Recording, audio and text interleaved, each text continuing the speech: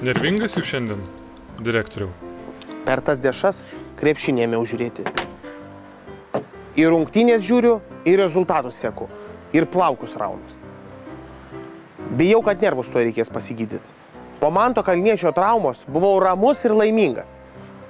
Bet pasirodo, be reikalo. Palaukit, ramus ir laimingas dėl Kalniečio traumos? Dar pasvajojau, kad Valančiūnui vidurių susuktų. Bet svajonės lieka svajonėm. Aš kažko nesuprantu. Tai aš tau kažką paaiškinsiu.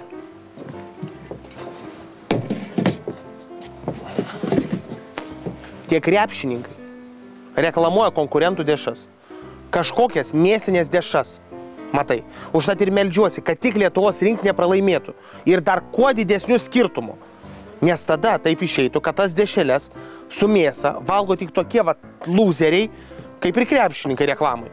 Nu, žinai, suprantate, tokia nebili marketinginė žinutė praeitų, kad kieti bičai valgo tik meslitos dešą, be mėsos. O nenorėjote pats paremti rinktinės? Ir už tai meslitą reklamuotų krepšininkai? Supranti? Tai labai rizikinga strategija.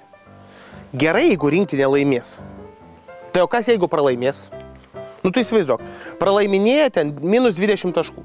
Mačiulis nepataiko iš po krepšio ir per minutės pertraukėlę reklaminiam bloke tas pas Mačiulis valgo meslito šlapenką. Nu, krachas visiškas būtų.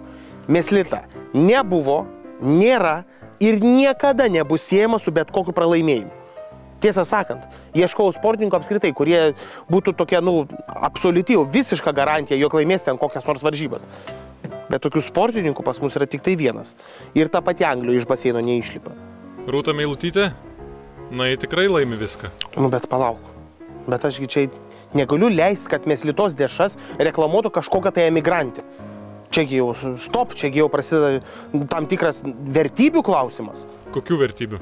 Nu, kaži kokių, finansinių. Per brangi man yra rūtelė meslitos reklamai. Ir jaučiu gaut norėtų, tai tik tai svarais. Klausyk, kada su amerikonais pagaliau žaisim? Nu, kiek galima laukti? O ten tai bus konkurentams.